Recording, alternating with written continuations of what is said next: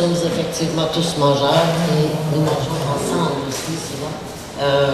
D'une part, d'autre part, et ça peut nous servir effectivement comme repère identitaire. C'est intéressant votre conclusion. Ah, et vous, mon cher monsieur, vous avez parlé de cette gastronomie, de ce nu culinaire qui se métamorphose, mais en nous présentant davantage nous culinaire qui se métamorphose, mais à partir du terroir, à partir des produits locaux. Vous l'avez dit tantôt, les produits locaux aussi que l'on consomme témoignent de notre amour du pays. Alors sur ce, mesdames Dumas et Fortin, je vais vous inviter à vous joindre à nous et pendant que vous le faites, nous allons prendre une question pour relancer la discussion.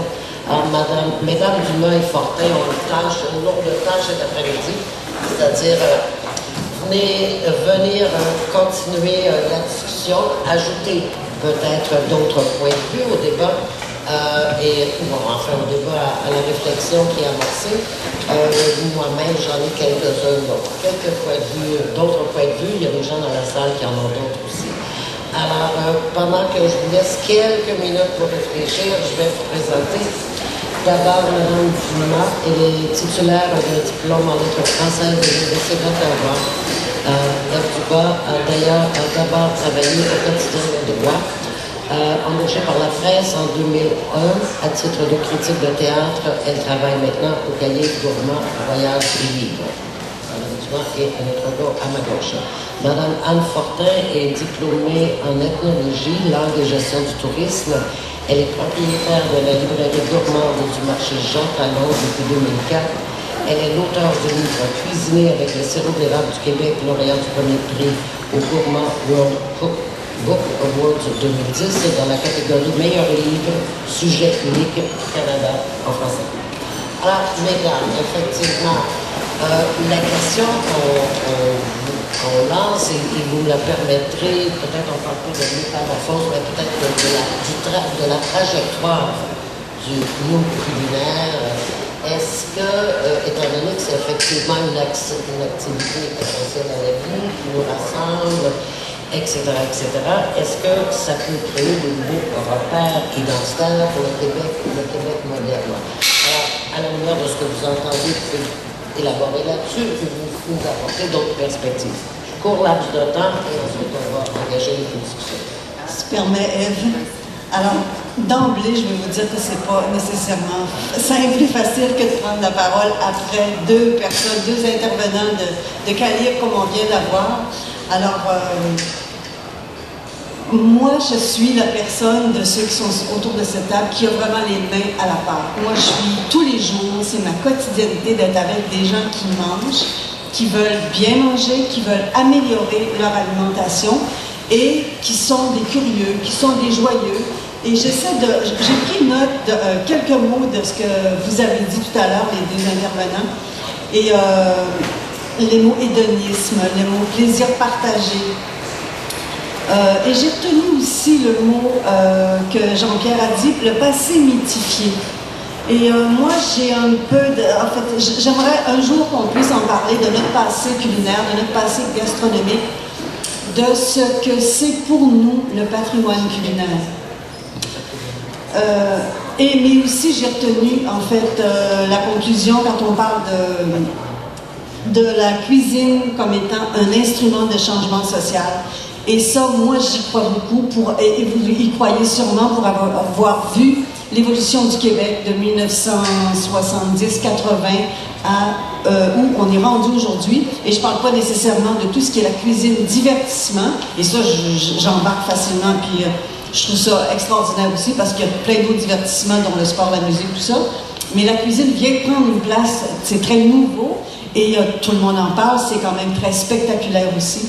Mais instrument de changement social au niveau de ce qu'on considère faire la cuisine de tous les jours, ça n'a plus rien à voir aujourd'hui avec ce qu'était faire la cuisine de tous les jours en 1970. C'est-à-dire que la cuisine de nos mères n'a rien à voir avec la cuisine des jeunes, des étudiants, des amoureux de la cuisine d'aujourd'hui. Alors c'est un peu la réflexion de base que m'a laissé... Merci pour ces quelques pistes. Madame Dumas. J'allais dire, moi, mon rôle aussi, tu viens parler de cuisine divertissement. Puis, en fait, moi, je suis un peu dans les coulisses de ça, puisque moi, je fréquente au quotidien des chefs, des agriculteurs, des artisans, des boulangers, et tout ça. Ça, c'est aussi un autre point de vue, puisque c'est beaucoup plus concret, c'est beaucoup moins bucolique et glamour qu'on pourrait le penser.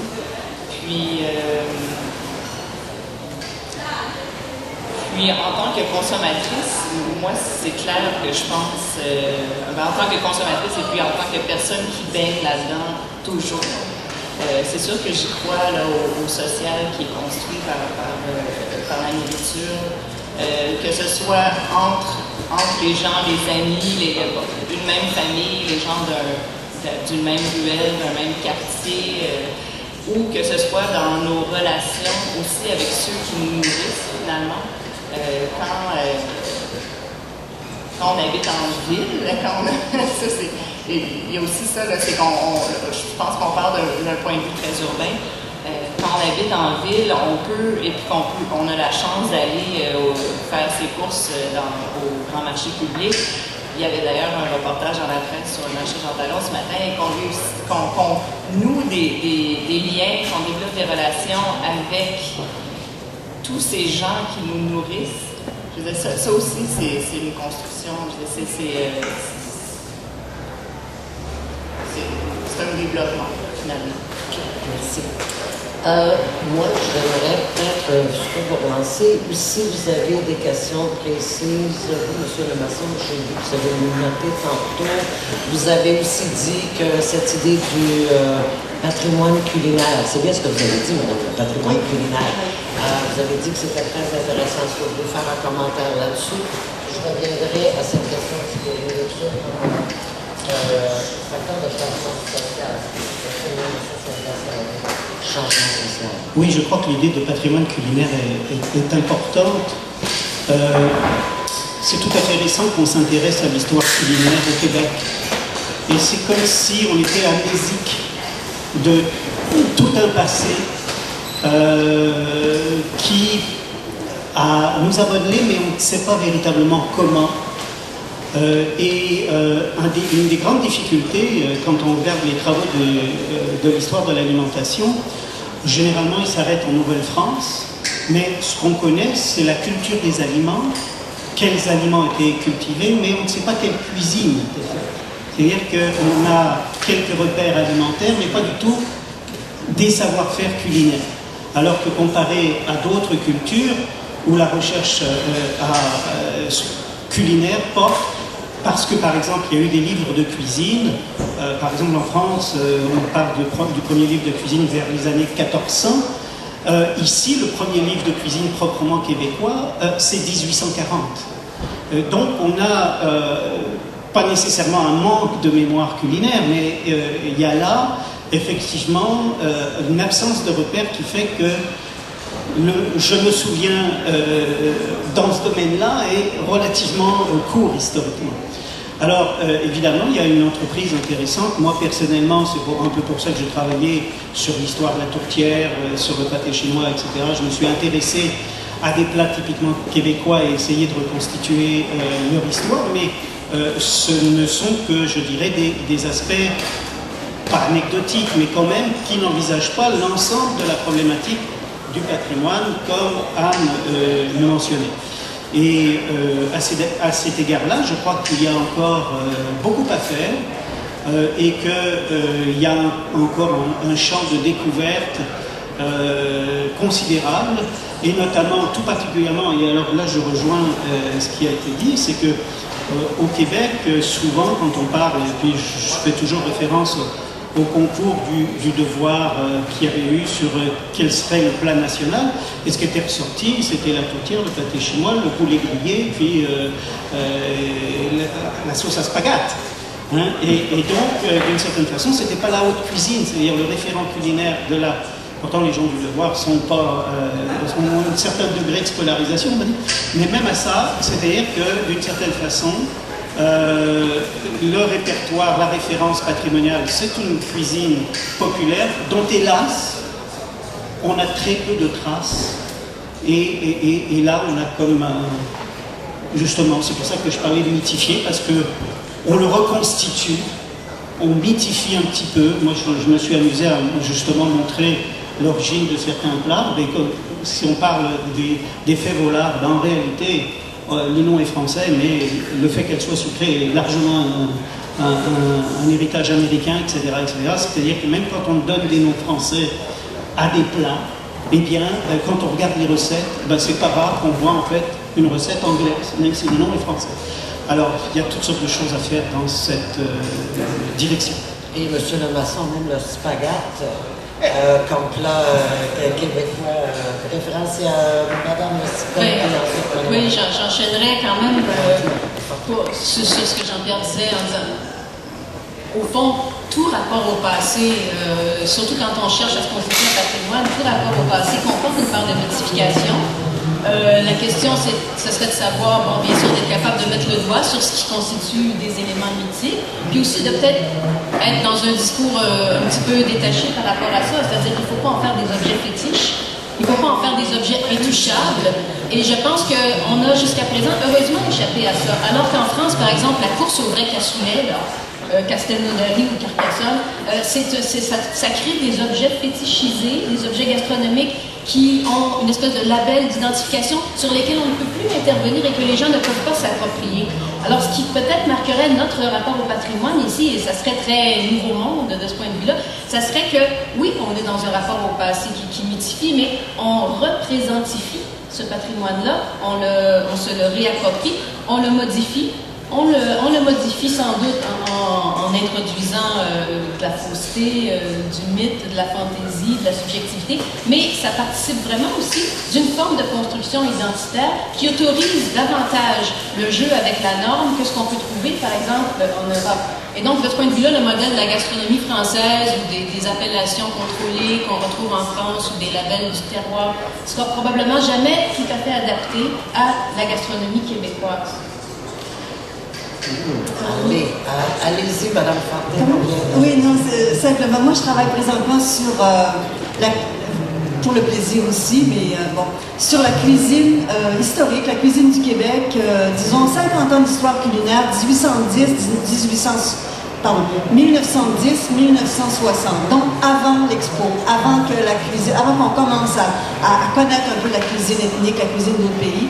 Donc cette cuisine-là, et puis j'en ai parlé à l'occasion avec quelques personnes, cette cuisine-là, c'était à peu près essentiellement une cuisine anglaise. Parce qu'il ne faut pas oublier que c'était les Anglais qui étaient à ce moment-là chez nous, que les livres qu'on avait, c'était des livres de cuisine anglaise. Alors, la cuisine anglaise, on pourrait en débattre un bout, mais cette période-là de cuisine anglaise, c'était pas nécessairement la cuisine la plus glorieuse. Les jello à la menthe, les blancs mangés, les bouillis, pensez à n'importe quoi de ce qu'est la cuisine anglaise. C'est pas une cuisine qu'on veut nécessairement se rappeler. Puis quand Jean-Pierre parlait tout à l'heure de passé mythifié, c'est un peu ça qu'on a fait un peu avec notre patrimoine culinaire, cette période-là, jusqu'à ce qu'on décide de la revoir. C'est une période qu'on a occultée, mais je pense que ça va être important à un moment donné de la revoir, de l'accepter puis de se dire, regarde, on arrive de là et voici où est-ce qu'on est rendu aujourd'hui. C'est parce que moi j'aurais une question après aussi. Alors, allez-y donc, je vais donner. Non, mais je pense qu'au contraire, on a longtemps nié l'existence d'une gastronomie québécoise ou d'une quelconque histoire, finalement. Alors, c'est quand même déjà un pas dans la bonne direction, même si c'était une cuisine principale et intéressante. Je me demande par contre, est-ce que le livre Genèse des cuisines québécoises, est-ce que ça ne devait pas remplir si je peux me Je permettre... n'ai pas, c'est ça. Non, je ne vais pas en faire une analyse ici, mais c'est que moi je trouve que c'est un livre qui est très bien fait parce que c'est un livre qui fait vraiment un survol, peut-être plus anecdotique. Et quand on dit anecdotique, c'est agréable parce que c'est facile à lire, c'est pour tout le monde. C'est pas uniquement pour les gens qui passent leur journée à réfléchir, c'est anecdotique, 2, 3, 4 pages sur un sujet qu'on ne va pas nécessairement en profondeur, mais qui est toujours quand même appuyé. Moi, c'est un livre que je trouve intéressant à lire. Tu sais, les petits livres, des fois, pas des petits livres, Ouais, c'est bien, comme ouais, ça, c'est 500 pages. ouais. Excusez-moi, un petit livre, mais c'est parce que j'imagine 3-4 pages à la fois, puis c'est agréable pour apprendre les choses. Si je peux ajouter ce que moi j'ai repris de ce livre-là, c'était aussi les descriptions de tous les aliments qui étaient consommés dans une grande variété. Il y avait des sortes d'inventaires de toutes les ressources qui existaient. Et parfois, justement, dans notre représentation quelque peu mythifiée du passé culinaire, on se dit, ben voilà, les gens mangeaient du bœuf et des carottes et du bœuf. Or, on s'aperçoit que c'est pas ça et qu'il y avait vraiment bien davantage, donc palette possible de denrées. Laissez M. Lamasson. Ouais, écoutez, je ne pense pas que ce soit le lieu de débattre de ce livre-là, mais je ne partage pas votre avis. Je pense que même s'il est intéressant, il a été écrit par quelqu'un qui a vraiment la passion, et ça se sent dans la qualité de l'écriture. Il reste que du point de vue historique, il y a des faussetés, il y a de véritables faussetés. Et je pense qu'il y a là, au fond, moi j'aurais tendance à le qualifier de bons livres, de bons premiers livres, mais il ne passerait pas la rampe universitaire. Puis on va arrêter là parce que c'est pas là-dessus. Alors, non, mais simplement, okay. mais par rapport à l'état, à la représentation de la réalité historique, c'est ce que je veux. Moi, ce que vous avez dit et ce que vous n'avez pas dit, surtout, m'interpelle beaucoup. Et je suis capable là, actuellement de faire la différence entre la cuisine, les aliments et les produits. Hein? C'est trois choses différentes. Mais vous, Mme Fortin, tantôt, vous avez dit la cuisine populaire du Québec avant les années 60, avant l'Expo. Moi, quand je lis, et aucun de vous en avait parlé en ce sens, quand on me parle de la transformation du nous culinaire, et que vous parlez beaucoup des produits du terroir, et vous aussi de comment on peut transformer puis en faire une cuisine tout à fait moderne, éclatée, avec des formes différentes. Et aujourd'hui, on le voit, on est dans ce rendez-vous des papilles où on fait beaucoup la promotion des produits du terroir. Mais je suis aussi capable d'aller au marché en bas, qui est un magnifique marché à Saint-Hyacinthe, qui dit « Venez déguster et découvrir les saveurs du monde ». Alors moi, quand on me parle de repères identitaires, je voyais beaucoup plus la nourriture qui nous transforme et que nous consommons tous ensemble par nécessité, par plaisir. Et quand vous parlez de transformation sociale, moi je pensais plus à la construction d'un nous identitaire qui était à la fois très ancré dans son patrimoine et dans sa production locale et qui permet pas juste l'invention des chefs, mais qui reconnaît l'apport aussi de toutes les cuisines du monde que nous... Tu sais, quand on demande à des Montréalais, ou je te vois, on voit ici, c'est quoi la cuisine à Montréal? C'est l'extrême variété, c'est extraordinaire à Montréal de manger. Et personne, vous n'avez parlé de cette identité, de ce nous que nous sommes aujourd'hui du point de vue de la nourriture, qui vient vraiment de partout. C'est pas juste notre transformation de nos produits, et pas juste la transformation de la cuisine française en cuisine québécoise différente. Ça nous a marqué. C'est l'appropriation. Oui, mais ça nous marque et c'est peut-être ça le vrai nous. Et c'est peut-être nos vrais repères identitaires. C'est la raison pour laquelle moi j'ai parlé de cosmopolitisme dans mon texte. C'est tout à fait ça. Si on regarde, moi j'ai travaillé aussi un peu sur l'hybridation culinaire et on voit bien comment des nouveaux plats existent qui sont le fruit de traditions culinaires différentes. Et actuellement, à Montréal, il y a une créativité assez formidable parce qu'il y a des chefs qui voyagent de plus en plus, qui reviennent avec des idées de recettes de Thaïlande, et qui repartent de l'idée de la tourtière, du pâté chinois, d'autres choses, et font quelque chose avec des nouveaux savoir-faire, des nouveaux parfums. Et on assiste à Montréal, quand on regarde bien les menus de restaurants, par exemple le restaurant Su, qui est un restaurant turc, eh bien, vous allez voir, on fait l'agneau est important en Turquie, c'est bien précisé, c'est fait avec l'agneau de Kamouraska, hein, etc., etc. C'est-à-dire qu'on a une hybridation culinaire à Montréal qui fait qu'effectivement, dans le quotidien, on mange du cosmopolite sans nécessairement s'en apercevoir. Et c'est un peu notre condition de citadin, je dirais, moderne. Et à cet égard-là, notre identité ne serait pas différente de celle d'un citoyen de la ville de New York, de Los Angeles. Et donc, à mon avis, c'est pas suffisant pour définir une identité culinaire que de parler de cosmopolitisme. Et puis, je pense que ce que tu viens de dire spécifie déjà, Jean-Pierre, la chose, c'est-à-dire qu'il y a de l'ancrage, il faut qu'il y ait de l'ancrage pour que l'apport extérieur soit d'une certaine façon intégré, modulé, transformé, et pour qu'on lui donne du sens aussi. Parce que l'existence, par exemple, d'un quartier chinois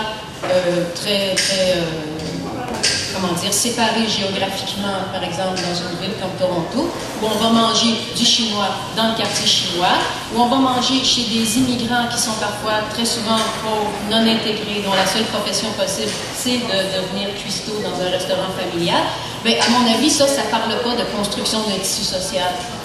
Hein, ça parle plutôt d'enjeux de pouvoir, d'enjeux économiques, d'enjeux d'urbanisme, où il y a davantage d'opposition et de désagrégation que de construction. Donc, si on est vraiment pour être dans quelque chose qui est une rencontre des cultures, qui devrait être productive, il faut, dans ma perspective, qu'il n'y ait pas juste une espèce de croisement. Voilà. Mais non seulement une amalgame, mais une hiérarchie. C'est-à-dire que la culture d'accueil, elle est là comme une culture d'accueil. Elle est là comme quelque chose qui doit être ce qui peut choisir et redonner du sens. Et je pense que sacré actuellement. Voilà, oui, parce que c'est vrai qu'on a été longtemps dans un métissage, puis on découvrait tout, qui était merveilleux, parce que ça nous a d'ailleurs donné accès à une palette gustative qu'on ne connaissait pas. Hein. On a tous un peu explosé de ce point de vue-là nos papilles. Mais là, maintenant, il y a quelque chose qui est une recodification. Oui, c'est ce que je disais au début. Ça s'est maintenant ancré. On le voit ici même, c'est la manifestation de ce qu'on se dit. Joël, oui, on peut. Mais il faudrait prendre. Oui, surtout que c'est moi qui lui donne, ça va très bien. Avec plaisir. C'est pas juste à retirer.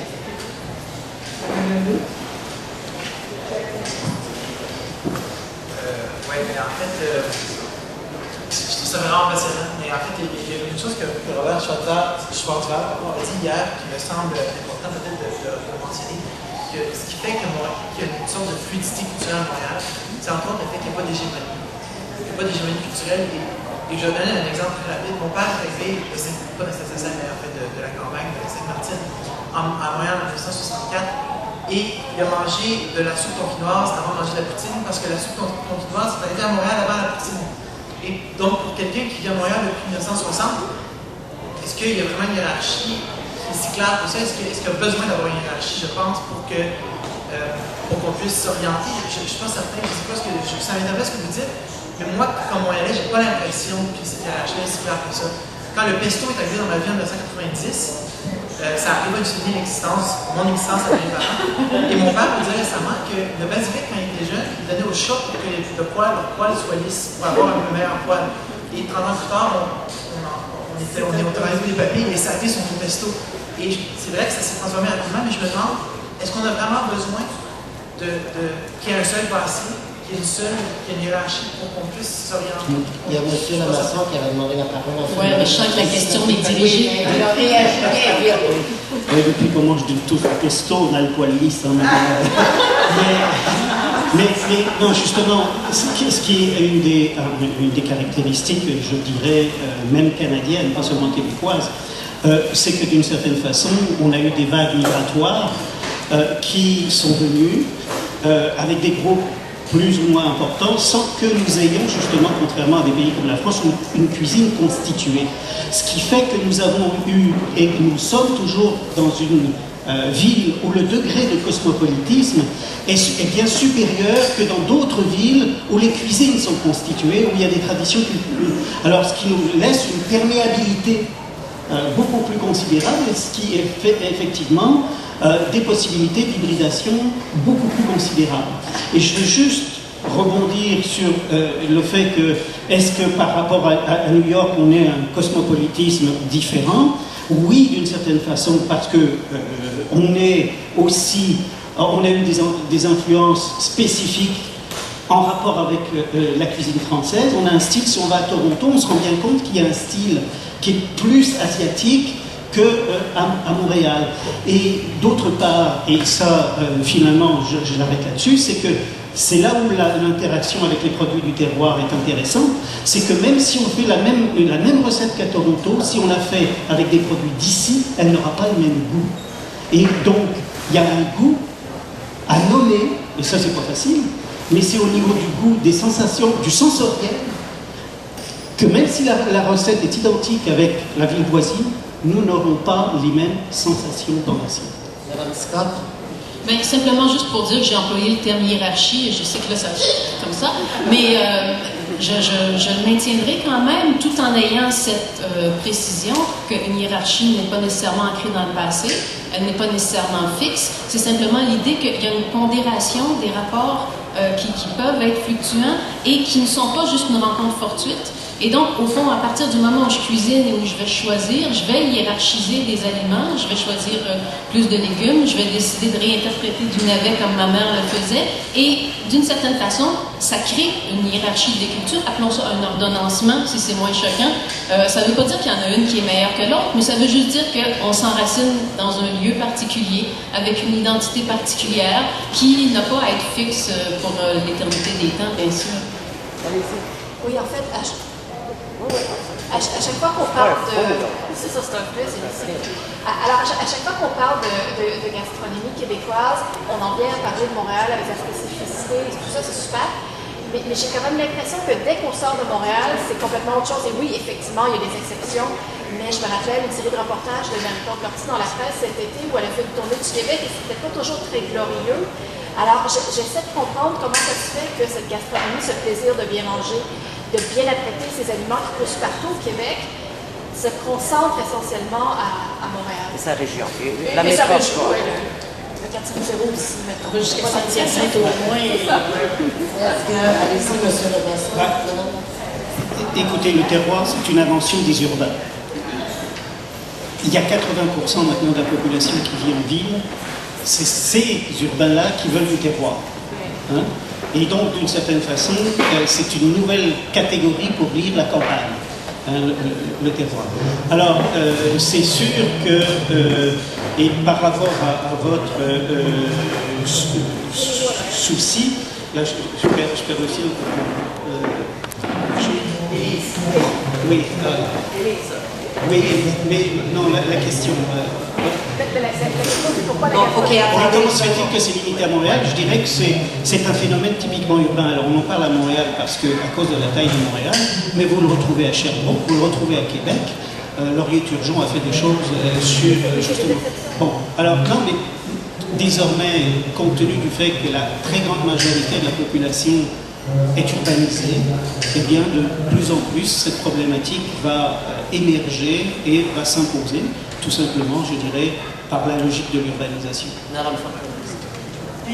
Moi, je comprends très bien ce que vous dites. Et je pense qu'il faut le dénoncer, puis il faut en parler ouvertement, parce que quand on se promène à travers le Québec, souvent, on est déçu d'être obligé de manger une pizza ou la sauce à spaghette, comme il disait, ou quelque chose qui pourrait être simple, qui pourrait être ordinaire, qui pourrait être bon comme c'est bon à la maison, comme quand on cuisine ordinaire.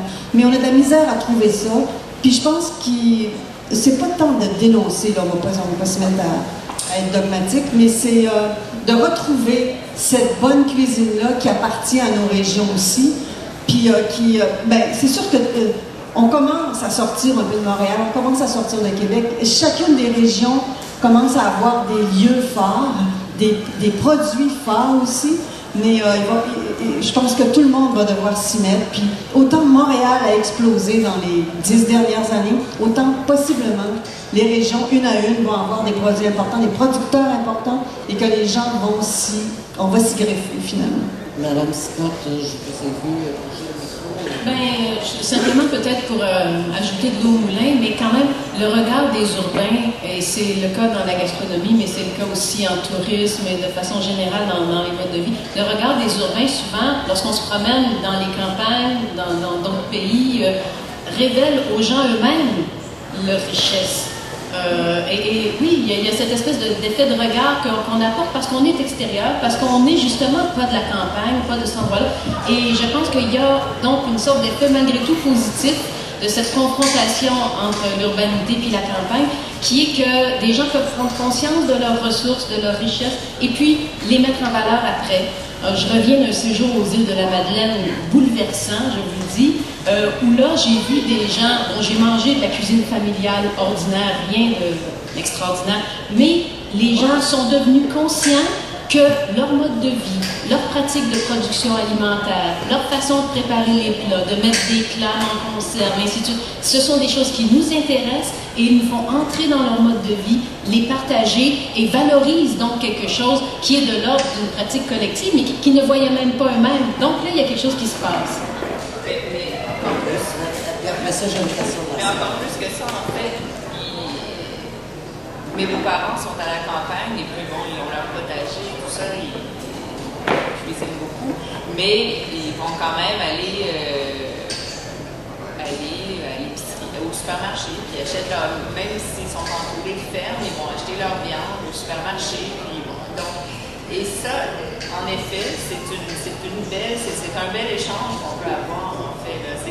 Des fois, on dirait qu'on a la sensation ils ont la sensation peut-être qu'on les prend de haut, mais en fait, c'est de les ouvrir là-dessus. Puis même, cet été, oui, mais cet été, je vais dans le Maine l'été, et j'ai rencontré une jeune maman qui habitait à Portland, dans la très jolie ville de Portland, qui est extrêmement gourmande aussi, qui a plein de beaux produits, des bons restos, et puis, en fait, c'est une maman qui habitait un petit peu à l'extérieur de Portland, qui travaillait dans une pharmacie, puis je connaissais mieux sa ville et même les fermes autour de sa ville qu'elle.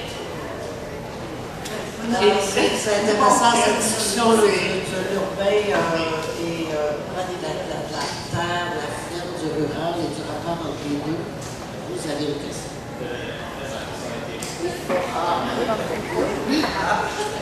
Est-ce qu'il y a d'autres personnes qui auraient des questions ou des commentaires? Oui, pour reprendre cette idée-là, vous savez, on peut en avoir la nostalgie, mais pour justement que vous pourriez dire aujourd'hui, pour que les campagnes ne soient pas des déserts alimentaires, si on peut dire, à l'époque, en 1930, le ministère de la Voirie publiait des livres de cuisine. C'était le ministère de la Voirie. Oui, alors imaginez actuellement le ministère de la Voirie publier des livres de cuisine parce que justement il y avait le tourisme et il fallait attirer des touristes et essayer de faire une meilleure cuisine en milieu rural. Est-ce qu'il y a d'autres questions ou personnes qui souhaiteraient s'exprimer dans la salle? Oui, mais... Ah ben oui, je m'excuse. J'avais peut-être une question qui m'amène sur un sujet qui était abordé plutôt tout à l'heure. Et en fait, je me demandais si le discours gastronomique compensatoire dont parlait Geneviève tout à l'heure, si vous pensez que ça pouvait être, en tout cas, au moins en partie, une conséquence de la modification de l'accessibilité, des expériences d'accessibilité qui avaient cours autour des tables familiales, dans les repas familiaux. Oui, bien, c'est sûr que là, c'est une explication qu'on entend.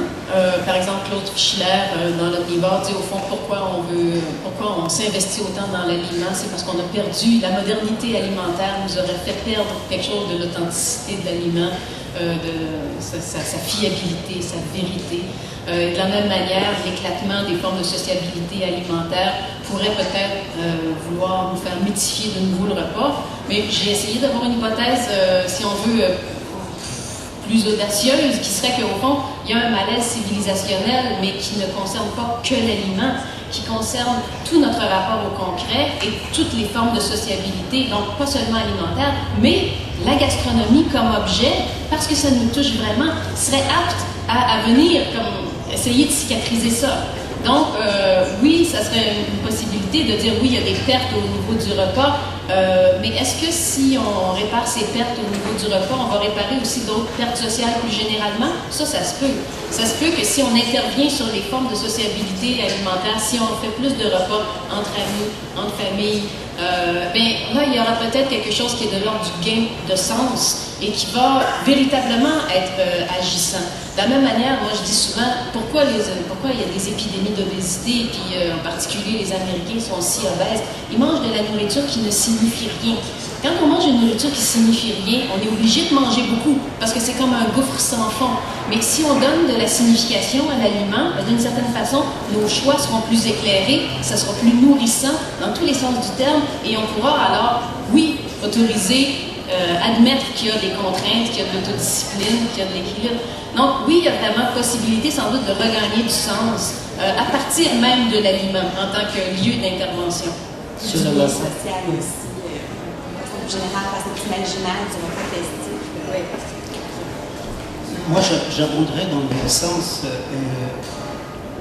Je pense que l'intérêt pour le concret est lié à la tertiarisation croissante de notre société. Les gens sont de plus en plus devant des ordinateurs, ils travaillent sur des matières abstraites, et en compensation, ils recherchent du concret. Si vous regardez, il y a une véritable explosion de tout ce qui concerne le corps. Bien sûr au niveau de la nourriture, mais le sport prend une place.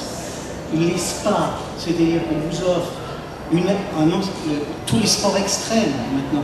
Il faut aller sur le corps, pousser le corps plus loin, avoir des sensations plus intenses, etc. Et je crois que c'est effectivement le versant compensatoire d'une tertiarisation croissante de notre vie quotidienne.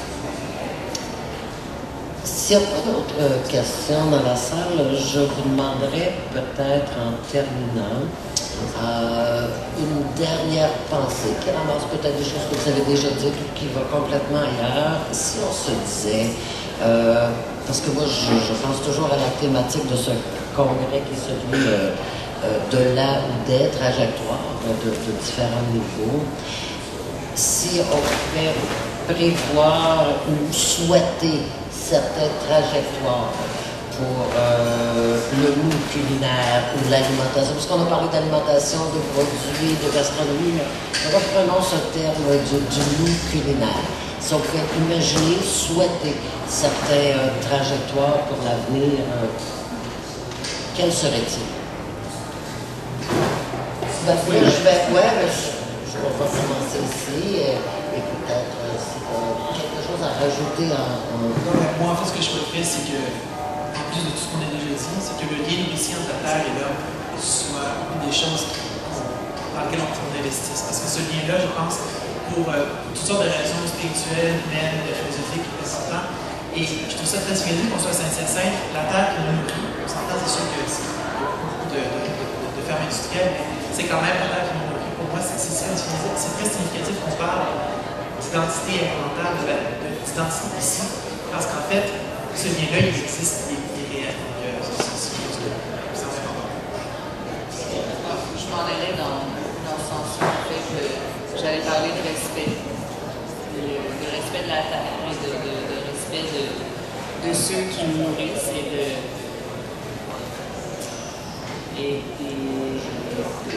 de ceux et des producteurs, mais du produit et de l'animal, entre autres aussi, parce que ça, c'est payer le juste prix pour l'aliment qu'on mange. C'est ce qui est le plus souhaitable. Moi, je crois qu'effectivement, si on regarde un peu l'avenir, par exemple, les produits du terroir vont connaître des développements importants parce que c'est de plus en plus recherché. On veut des produits qui soient d'ici, à notre image, qui soient à la fois bons et porteurs d'identité. Donc maintenant, il y a un outil qui s'appelle le Conseil des appellations et des termes valorisants Il se trouve que moi je suis sur un des comités, je vois des beaux dossiers actuellement. Et donc, je peux vous dire que j'ai le sentiment que dans les campagnes, ça bouge vraiment pour créer des produits. Et il y a clairement dans les milieux urbains des marchés, des attentes qui font qu'il y a comme une nouvelle économie rurale là, qui peut se développer. Madame Scott? Oui, moi je dirais ne pas oublier qu'on est dans des rapports de pouvoir. C'est-à-dire que notre nourriture, il faut qu'on l'achète. On ne produit pas notre nourriture et dès lors, on est vulnérable à toutes les pressions, à la surconsommation, pression du marché, choix des manufacturiers, mode d'agriculture qui ne correspondent pas forcément au élevage des animaux, qui ne correspondent pas à ce qu'on souhaite et on ne le voit pas, on l'occulte. Je pense que ce matin, ça a été des conclusions qu'on peut tirer. L'art peut-être révèle ça, mais la violence inhérente à l'acte de manger, on ne la voit pas autrement que dans des domaines très spécifiques. Donc, soyons attentifs parce qu'en fait, il y en a de la violence, il y a de la violence larvée, il y a de la violence qui ne se dit pas, il y a de la violence dissimulée et si on pense qu'on est comment dire, à l'aise avec une certaine forme de violence alimentaire, parce qu'on veut manger de la viande, par exemple, mais assumons-la, ne soyons pas naïfs, et aussi ne nous laissons pas imposer des choix qui ne seraient pas les nôtres. Donc, soyons vigilants par rapport à tous les enjeux de pouvoir qui se cristallisent autour de l'alimentation. Et, vous avez le mot de la fin, quand oui, même. non, quand même pas. Attention. Mais moi, je dirais retrouver le plaisir. Retrouver le plaisir du produit. Moi, je suis au marché Jean Talon, puis vous avez le marché en bas, puis chaque ville, chaque village maintenant a son marché. Retrouver le plaisir du produit, de qualité, refuser qu'on nous offre, refuser qu'on nous offre des mauvais produits, des choses trafiquées, qu'on nous offre, qu'on nous empoisonne, refuser et prendre conscience qu'on est entre mains souvent qui ne sont pas nécessairement tournées vers nous, qui ne sont pas nécessairement bonnes pour nous. Et puis, retrouver le plaisir de cuisiner ensemble parce qu'on sait qu'il y a beaucoup, de plus en plus, et ça a commencé en ville, les cuisines collectives, de plus en plus les jeunes se réunissent le samedi, le vendredi soir, les fins de semaine, pour cuisiner ensemble, retrouver le fun de cuisiner.